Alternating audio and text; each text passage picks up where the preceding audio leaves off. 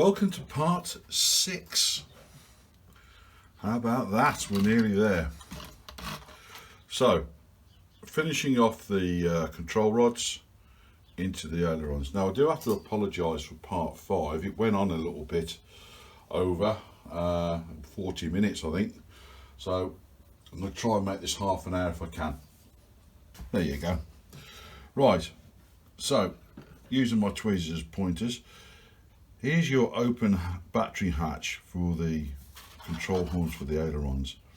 Now, being as I've already shown you how to attach the linkage to the control rods, they're already in. And actually they went in pretty easy. I have to admit they were pretty easy. There were no real issues or problems. I put the heat shrink on. I haven't heated it up yet, and there are the linkages for the ailerons. Now, what we must do is put our closed pegs on to get the neutral effect for the ailerons, because you want them to be dead level, and it's the only way I can think of right now. Okay, let's do that. I need one more. Here we have one more. Okay, that was lucky. Nothing like being prepared, is it? Now, there we are. Check that your control horn on the servo is in the neutral position. And then hopefully when you come to trim out, everything should be more or less how you want it to be. Okie dokie, okie dokie. Now I might have to take these pegs off again to get these rods in, okay, but at least you got them there, they're ready. Okay, now we're going to get these in. It may not be pretty watching it, but we have, nevertheless, we have to get that metal part in. And I suspect I've made the rod a little bit too long, but never mind, we'll get there. Shorten the rod by a few millimeters. Means trying to get that back in again, but that will give me a few millimeters, I have to admit, so I'll take that out.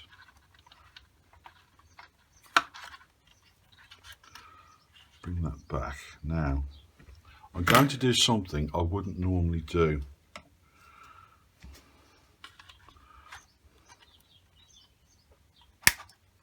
There. That's going to give me some adjustment.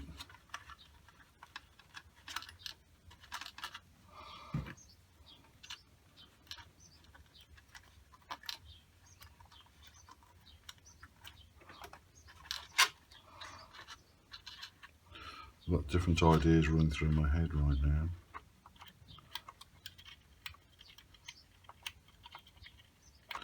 Thing is, it's having a steady hand.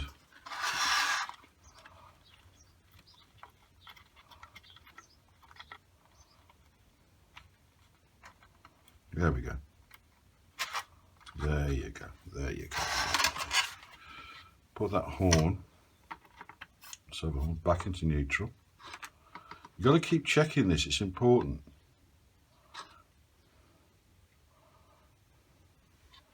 Now, hold the rod, put the aileron into neutral. So what you're allowing it to do, you're allowing that metal rod to slide further down. Keep checking that servo horn. It's on the cusp.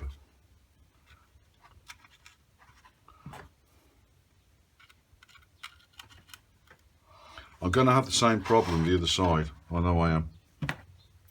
So all I'm going to do is just copy what I'm doing now. Okay, so now the aileron is in neutral, the servo horn is in neutral. So what I'm going to do, so I don't want to get glue all over everything, I'm going to stick some paper underneath that. Okay.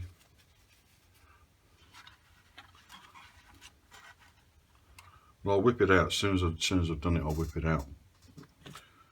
Okay, put a little bit of glue on it, keep it in place.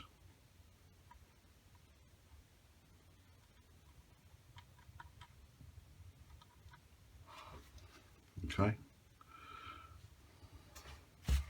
just dab off any excess. Take the paper out. Now I've preheated the iron, soldering iron. I'm just going to gently put some heat on there. I did make a mistake on the horizontal stabilizer, got a bit close. But it just goes to show we're all human. We all make mistakes. But I would say one thing. I would actually like to build another one of these. Because when you're building something for the first time, you don't know where you're going to make the mistakes, you see. So if you build another one, you can design those mistakes out. You know where you went wrong. A repetition allows you to improve. So your next model becomes even better.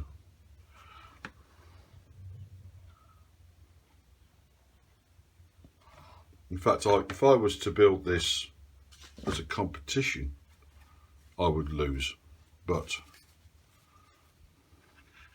And these videos would be hours and hours long.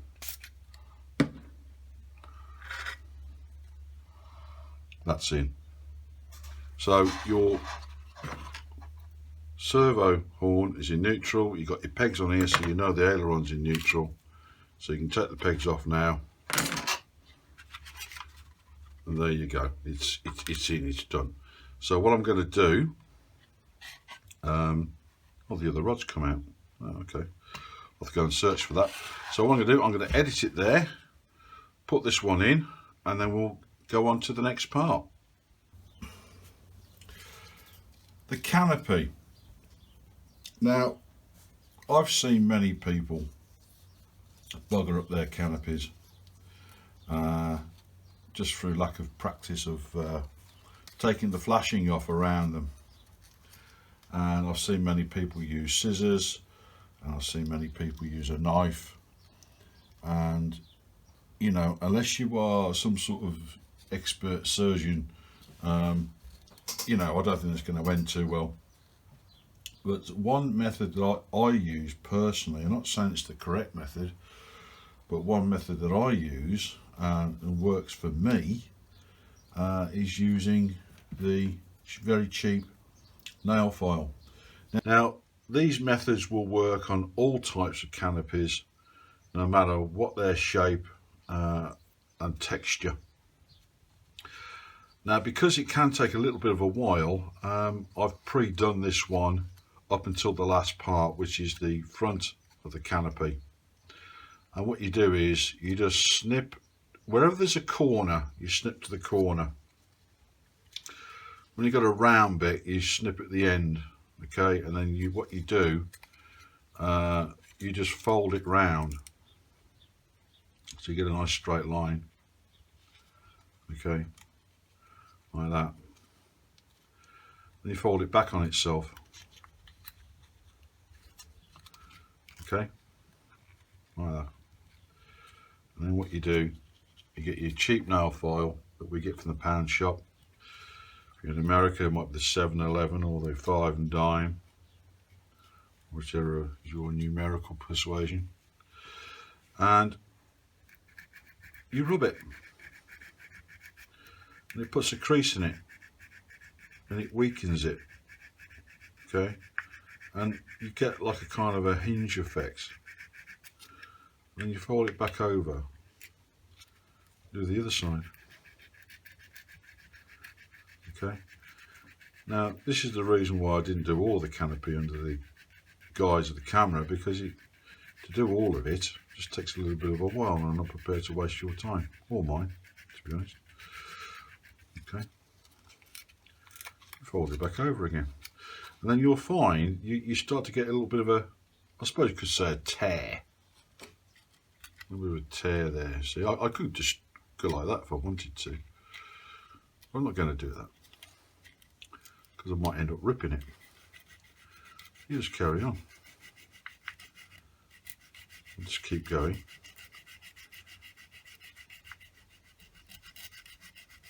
And you fold it back over. And then eventually what will happen, it will just fall off. So it's very last bits now. There you go. You get a nice crisp clean cut. And should there be any flashing, you just go along it with a nail file. It will soon disappear. Do not cut your fingers off. Do not sport the canopy. And there you go. There is your canopy already. Now, what I would say, when you come to glue the canopy on, I highly advise using PVA wood glue, any kind of wood glue, and let it set for as many hours as you want to, because what happens is, if you use CA glue, for instance, CA lets off a bit of a gas during part of its chemical reactions, and what happens is you get like a cloud effect on the inside. It's a bit like, you know, when in the winter you get in the car and it's all misted up. That's what happens, but it's inside the canopy, and once you've glued it on, you haven't got access to that to wipe it off, whereas PVA glue doesn't do that. Okay, now what we have got to do at this stage is, and I've put it away over here, I'm pretty sure I have. There we go. Yeah, there you go. You've got to put the hatch cover back on, like so. Okay, and I'm just going to use the adhesive on the back of the sticker there just for that for now, and I'll just glue that canopy in place and let it go off, and then we've got to put the stickers on the canopy. So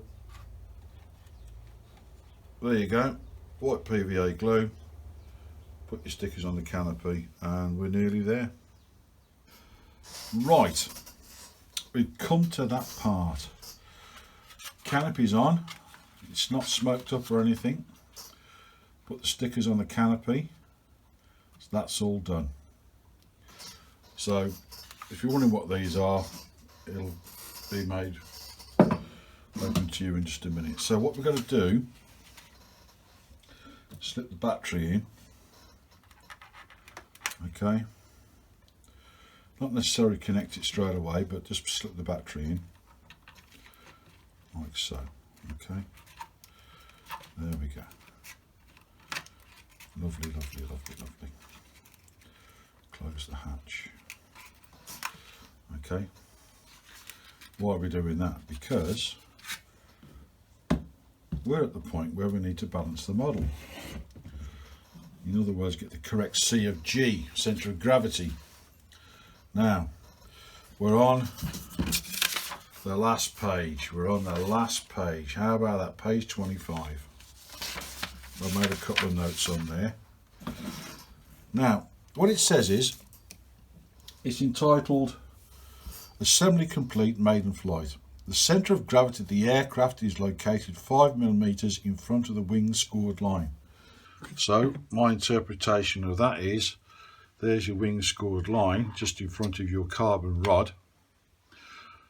So you go 5mm towards the nose. Now, if you measure from here to here, divide it by 3, it comes out as 28mm, which is just about where that is. So these are centre of gravity stickers, well, balancing point. You can buy these, they're pennies. The pennies, get them off eBay or Amazon. Okay, and that allows you to mark your center of gravity so that you can check your flight every time you fly to make sure that your model is going to fly okay. Now, what does that battery weigh? Well, it weighs 10.03 grams, so basically 10 grams. Now, you can make one of these for almost nothing. It's just, what, 3/4 of an inch bit of wood, 2 6mm dowels. I've used the pencil sharpener on them, and I'll just set them apart so I know that they will fit under here. Okay, and all you got to do, line that up underneath either side of the fuselage in the correct place, and you'll see that's tail heavy. Now what you'll need to do is add some ballast. Now you have ballast supplied, okay, just double check there that that's in the right place. Yes, it is. Okay. Nope. What's that telling me now? I want to double check that. No, it seems I'm wrong. I had it in the wrong place. It's a bit nose heavy, if anything. Let me really get that spot on.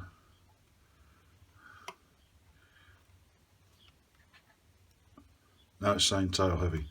So you might need one of these. Now one of these weigh 1.5 grams. Alright. There you go. You're now nose heavy.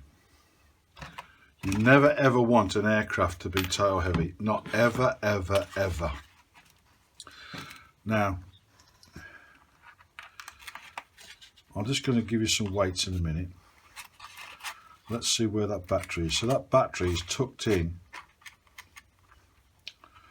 nearest the top of the nose. I can push it in probably a little bit more. And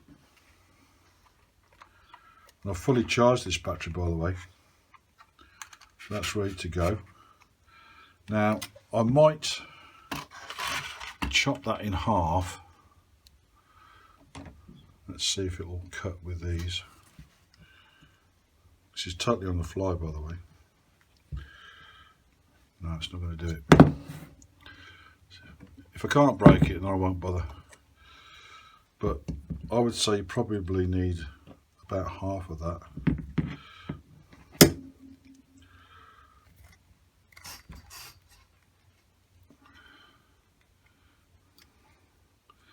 And that's with your Servos in there at the back with your motor. Because the Servos will add weight. And we'll pop that in right at the front like that. What we really need is some cotton wool or something, but we'll look at that a bit later. So we'll just close that hatch. Okay. And we'll try it again.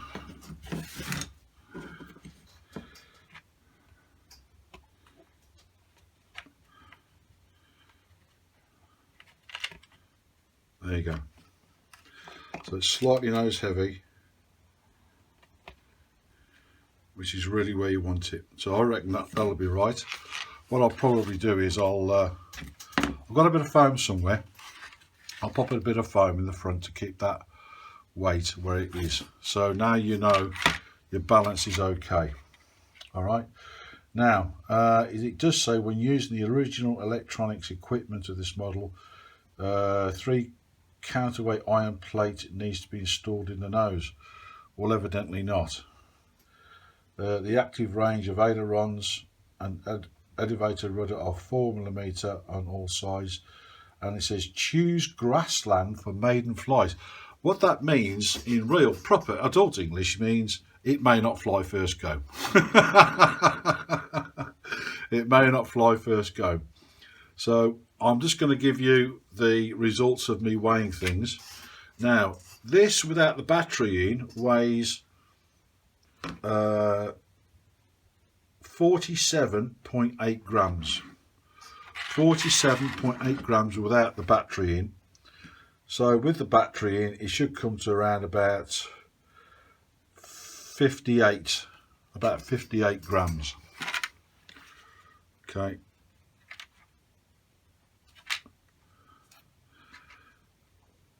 And shiver my timbers, 58 grams. So with the battery in, it's 58 grams. And each one of these weighs 1.5 grams. The battery weighs 10.03 grams. So there you have it. So what I'm going to do, I'm going to go and find that foam, and then we're going to test the surfaces to make sure they're working. Well, I just scared myself. I thought, why aren't these control surfaces operating as they should be? And I suddenly realised the Servos are operating. So we have up elevator, loads of up elevator, okay, and we have loads of down elevator. The ailerons, not so much movement. Also, that's a rudder, so we've got loads of rudder there, okay. The ailerons, not so much, okay, but they're all right. Now what's happening is the Servos is trying to compensate because it's not dead flat level. And I looked at it and I thought, why is it doing that? Silly ass. Anyway, motor. Yeah. Put some up behind it. There you go. Yeah, that's working. So there you go. So before you fly your maiden, just double check your centre of gravity one more time. Okay. Slightly nose heavy. So that's what you want. Slightly nose heavy. So I would have to say, putting all these things just to one side just for a moment. Let's get the stand. You can probably hear the Servos working, and I'll have to say that is your completed job, and that's now ready for a test flight, or a maiden if you like, and let's hope the weather's good, because I don't want to be travelling to an indoor event just yet. It's a bit far away for me. So there you are. That's the end of part 6. Everything's ready to go. I've given you all the weights and things, and it should fly. Let's see. So there you go. That's your build. I would say that this is the sort of thing, you know, if you want to do a father and son thing building this, then I think you're going to have a lot of fun with it. As long as you take your time, you should be all right. It's a nice little model. It's not particularly hard to build. The only thing I would say is that when I built the Ju-87 Stuka, the instructions were far more in depth. They're simplified on this. I don't know why, but they're simplified on this. But it's okay, you can follow them. It's not a big issue or anything. But just remember that when you put the stickers on, you're going to need to put some glue on as well to make it really stick down. I don't know, the adhesive is not quite there. But make sure you don't mix up your 501 and your UFO glue. Just take that advice, just mark them before you use them, and you should be okay. So there's the end of the build, and as per usual, I don't get paid for this. So I don't have a Patreon, I don't have a buy me a coffee or buy me a beer or buy me a, I don't know, Porsche Boxster, or even a helicopter perhaps. Yeah. So anyway, what you can do for me is give it a like, subscribe, share, tell your friends, and that's all I want from you, if you don't mind very much, if you've enjoyed the video. So hopefully next time you see this, it'll be flying. Thank you for your time. Good luck.